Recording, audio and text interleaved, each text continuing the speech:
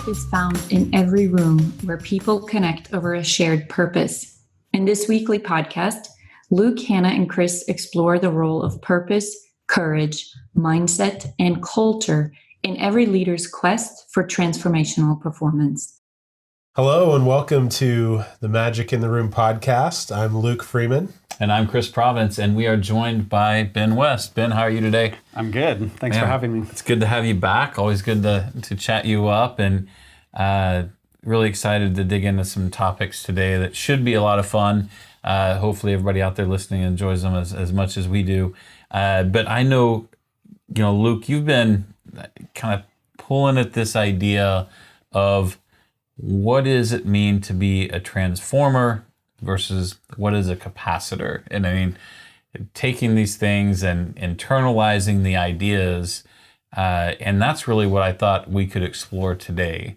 And I guess to jump us off, like, I'm not an electrical engineer. I don't know a whole lot about either, but tell me, like, how did you arrive at evaluating leadership through this lens? Kind of what's the idea? What was the testing of it?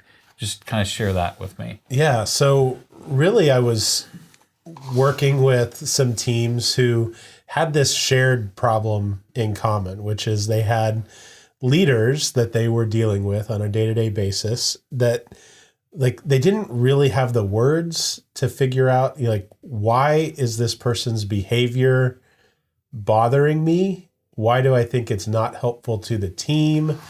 Why do they behave in these ways where I can give all these examples, but there wasn't a theme to say, well, they're just like this. And as I dug into it with these teams, a lot of what was coming up was these themes about the way that the leader was using power and the way that they related to power, almost their relationship with power when they received it, how they wanted to give it to other people. And so came up with this idea which really comes from electrical, or electricity, of this idea of a transformer versus a capacitor. And a transformer is, kind of in the electrical line, and it takes the raw power that's coming in and kind of steps it into a different type of power that can be used. So most of us have transformers somewhere outside our house before the electricity coming through the power lines gets to our actual house. It goes through a transformer and it steps down to something that's usable by our homes. And so your refrigerator and your toaster and your whatever else you have, your lights can work. That has to go through a transformer and be really conditioned first. And a capacitor is a completely different thing. So power comes into a capacitor, and what a capacitor does is they store up that electricity to then be discharged at certain times. The simplest way for me to think about a capacitor is, do you remember these were kind of in vogue for a while, and they're probably still out there, but these flashlights that they had a battery inside and you could kind of shake them.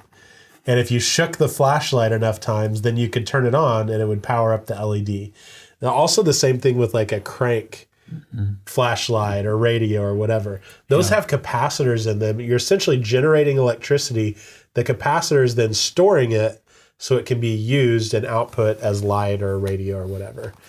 And so as I thought about these leaders, I thought really the problem that they're having with these folks is that every time the leader gets power, they're storing it for their own use.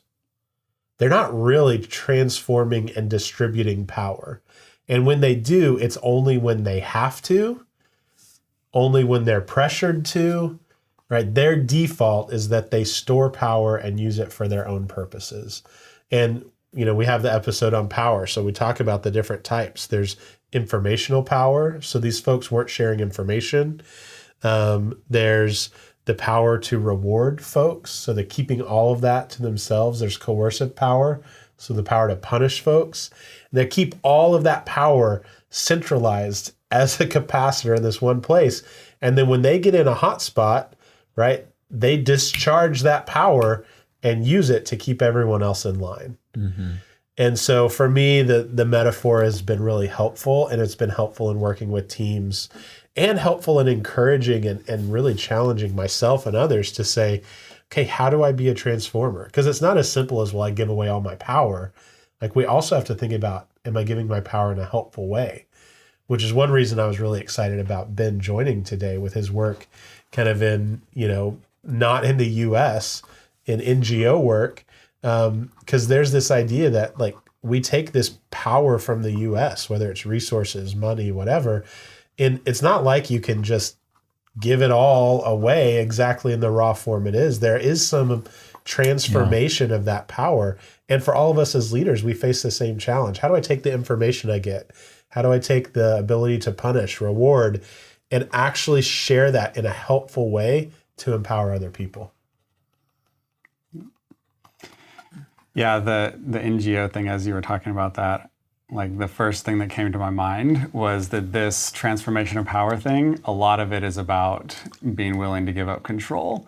Because I think that this is what happens a lot in nonprofits, in development world, is people want to do that, but they're not willing to give up control. And so just thinking about back to even some of your conversations about like diversity inclusion, it's about giving up control sometimes. If you're not willing to do that, you're always going to capacitate it. You're always going to hold it in and just hold on to it, and you're never going to put it back out. So just a quick first thought on one of the obstacles to being a transformer. Yeah, that's really interesting, because I know organizations that try and say, hey, we're going to be more diverse, we're going to be more equitable, inclusive. Like, the simplest thing to do to start, like just the easiest actually operational change, is to say that every manager gets a diverse set of candidates for every open position. Like, that's not conceptually difficult.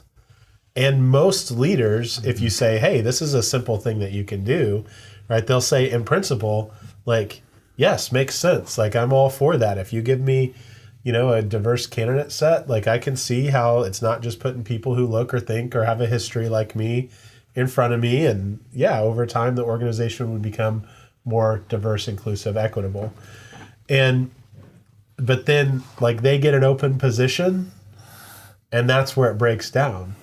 Because they're like, well, do we really have to do that? Because I've got my buddy over here that's worked for me before, and I really think they're the best fit. And, like, you're really going to make me sit through, like, 4 other interviews before I choose this person?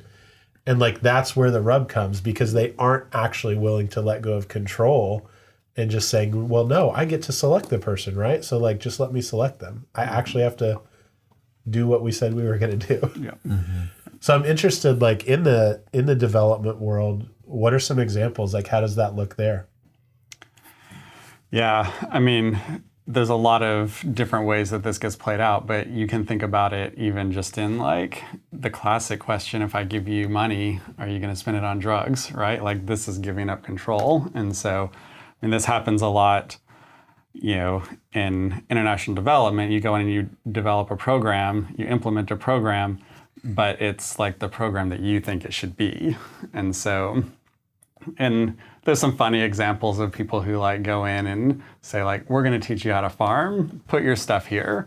And then they're like, eventually it comes to this point where they're like, okay, we'll do it because you told us to and you have money, basically. And they put it there, and then the hippopotamuses come and walk over it. And they're like, well, we knew that the hippos were going to do that, but you had the money, you wanted us to put it there. So this kind of stuff, like, and I'm not making that story up, like, it's real. And so this kind of thing happens a lot, where we just bring our preconceived notions in and say, this is how it needs to be because I have education, I have money, I'm like all of these things, but there's something there that I don't understand, and that unwillingness to give up control means that it falls apart at some point.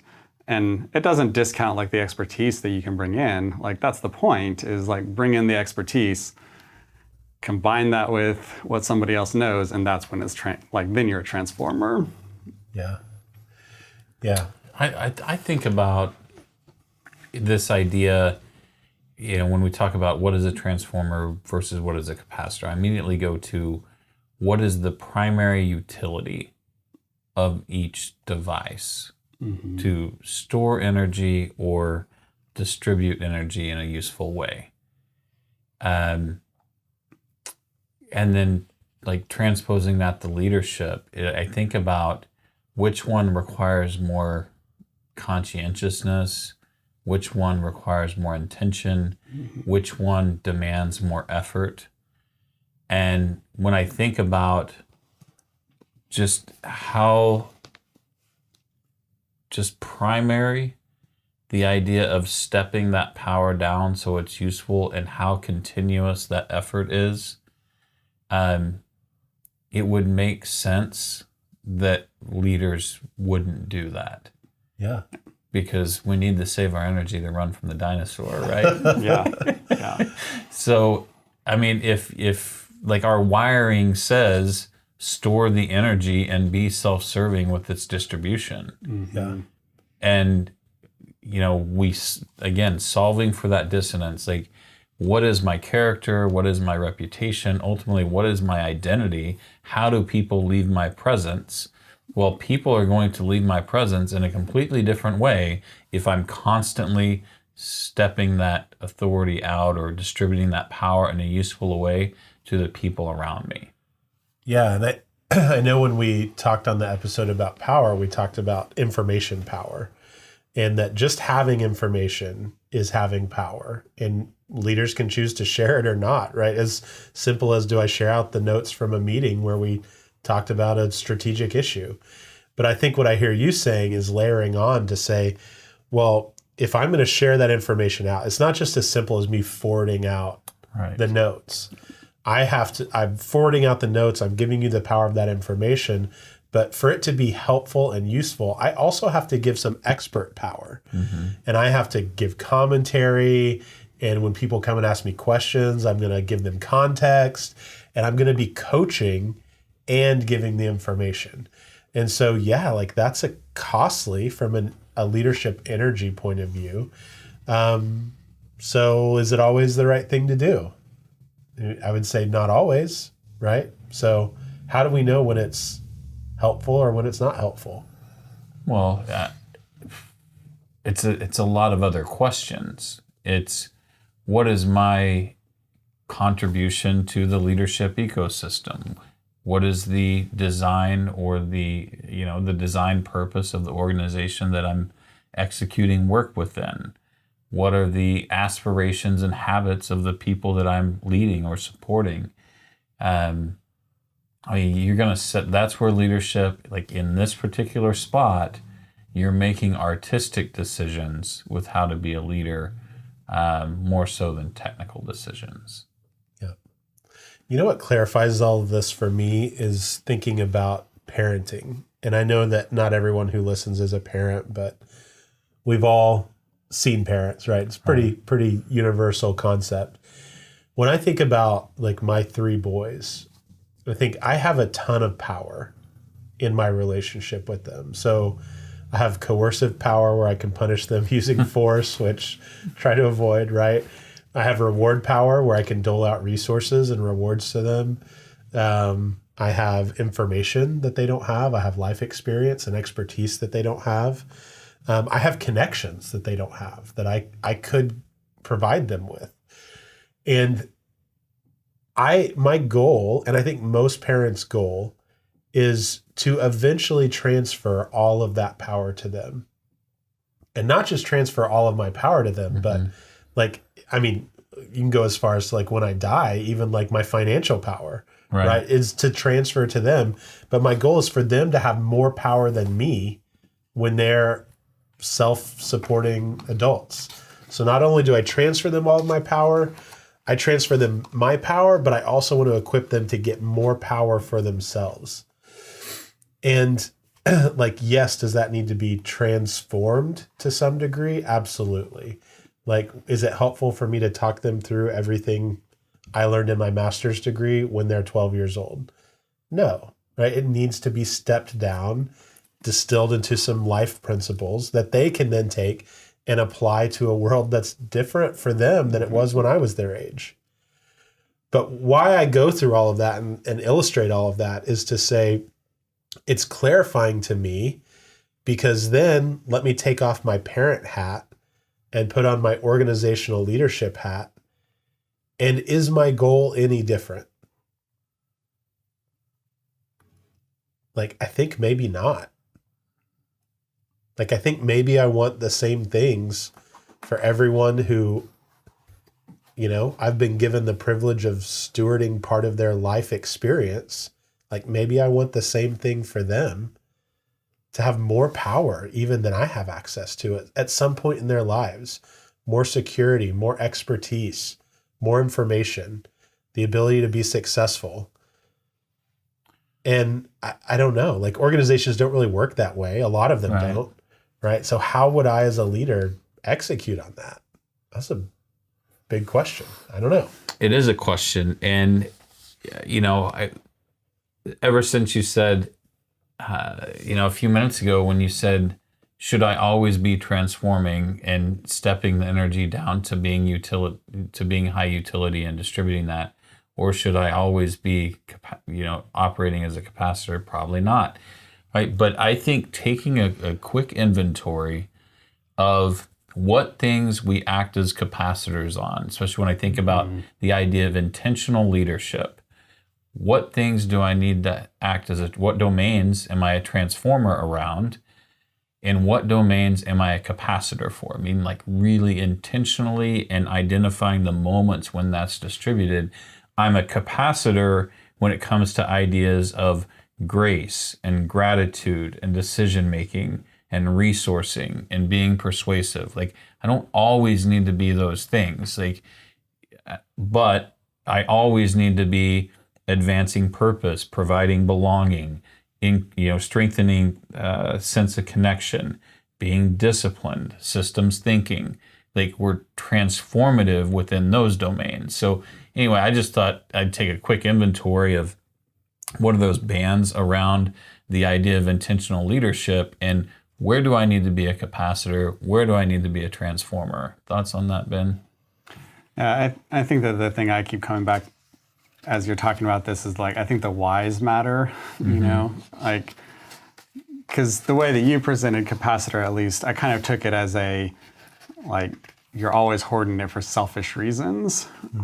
And in that case, like, the kind of idealist in me has a hard time saying that that's ever okay, like, there's kind of this, like, justice orientation.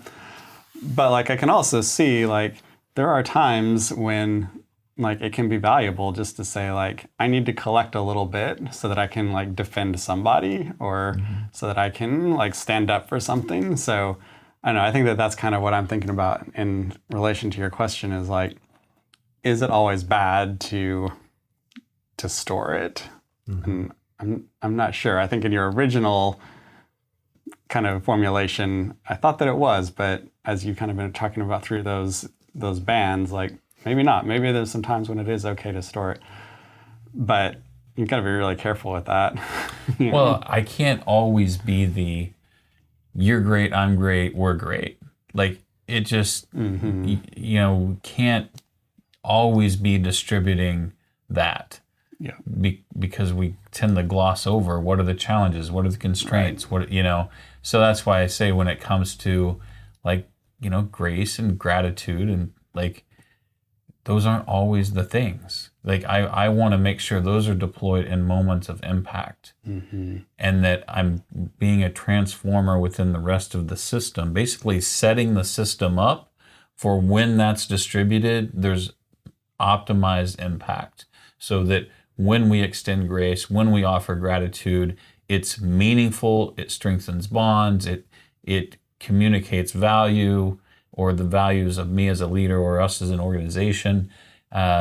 So I'm transforming all the things that establish the baseline for the system, and I'm operating as a capacitor for the things that, like, keystone moments, like, that, again, that extension of grace, the rewards, those things. That's what I'm trying to store up. Yeah, it's interesting. It makes me think about even, like, the prehistorical social contract as people banded together, right? The social contract between leader and followers is that, yeah, I'm going to let you lead, But then when something happens, like, you're going to have my back. You're going to protect the followers. And so that leader, sure, they have to act as a capacitor to make sure that we save enough iron ore to make spears and have some food stores so that if another tribe comes, I can discharge what I've been saving up and use that energy and that power to defend the people, right? The same exact behaviors could look very much like storing up power for myself. And so I think it's like a really good question. What's the why? What's the motivation? And I would say more importantly, like, are we aware of our why? So I think there's probably people out there who only transform. They give away everything they have, right? Do they understand why they're doing that? And maybe they need to do some capacitoring, if that's a word, right? To save up and be more strategic with the power and influence that they have. Maybe their why, they could serve it better with a bit of capacitoring. I guess that's a word now. It is now, right? But I want to go back to like the use case here. Like, it really was teams being like, what's wrong with my leader? I don't know how to navigate them. I don't know how to talk to them. I don't know how to work for them. And like, we know there is a problem with leaders who, I'm going to say unconsciously, without knowing why, their default is storing up power and not necessarily using it for the good of the team, using it to protect their position so that they can continue to get that influx of power in the future. Yeah. Well, I think one reason maybe why they do that is that they view power as a zero-sum game. Yeah. And I don't know that that's true. Like, I think that there's a way to think about power where you're saying the reason for power is to create more power in other people, and like their power can rise, and my like spheres of influence, like there's something that changes about how I relate, but that doesn't mean my power has to diminish. Like, we can all get more over time in different ways. Yeah, and that's exactly where my head went as well, which is that we can, that the metaphor breaks down with electricity, right? Because if I have the transformer at my house, it translates the electricity, it gets it to where my toaster can use it.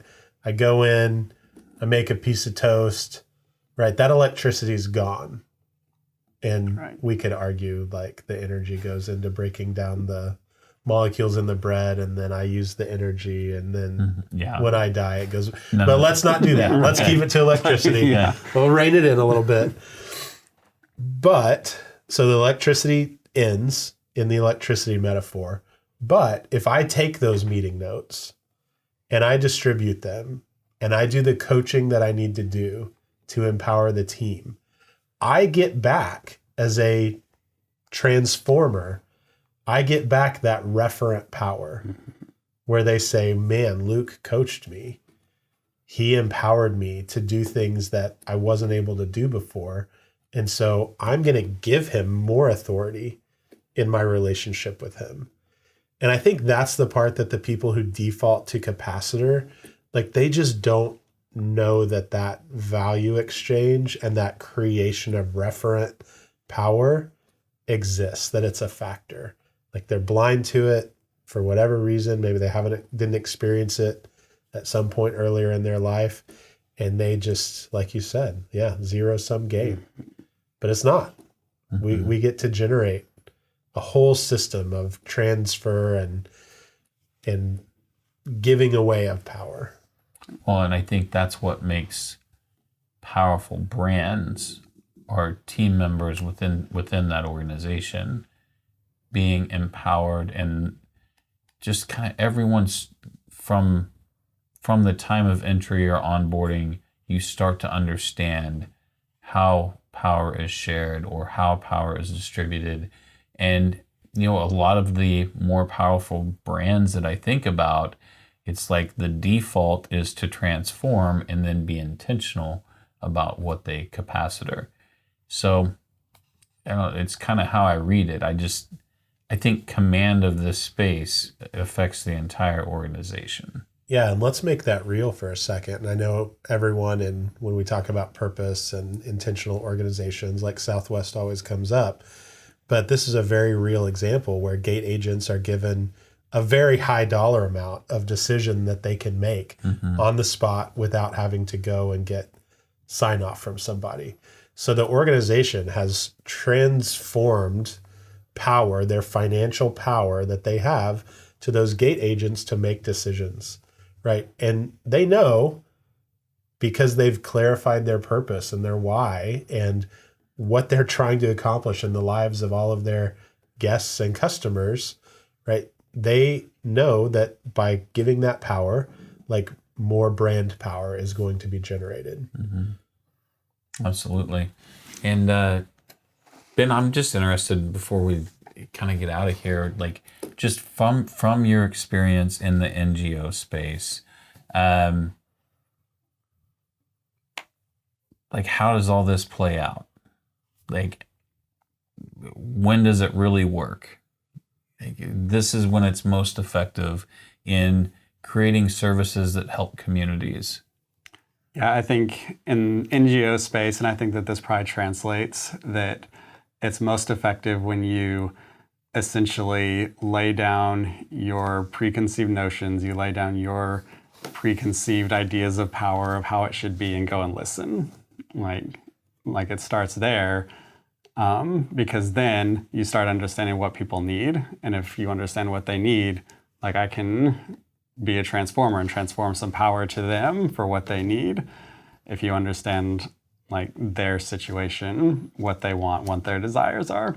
So I think if I was gonna, like, boil this down to one thing, it's like to be outward, really, is what it is if you are outward, thinking about other people's needs, other people's goals and objectives, then you can transform power to them, whatever that looks like in that context. Yeah, selfishly, I'm asking that. We're on the cusp of facilitating some a nonprofit board, and of course, the conversation always comes down to fundraising, and if I can spin that back to you, if we listen to the needs of the people we're serving and carry that message back to the people we count on for resources, then that's where it becomes effective. Yeah. Versus us as an organization having a way that we serve this community and then seeking fundraising that's only aligned with our way of delivery. Right. Okay. Yeah. I think that's a big takeaway from me. Thanks for that. Yeah. Luke, final thoughts?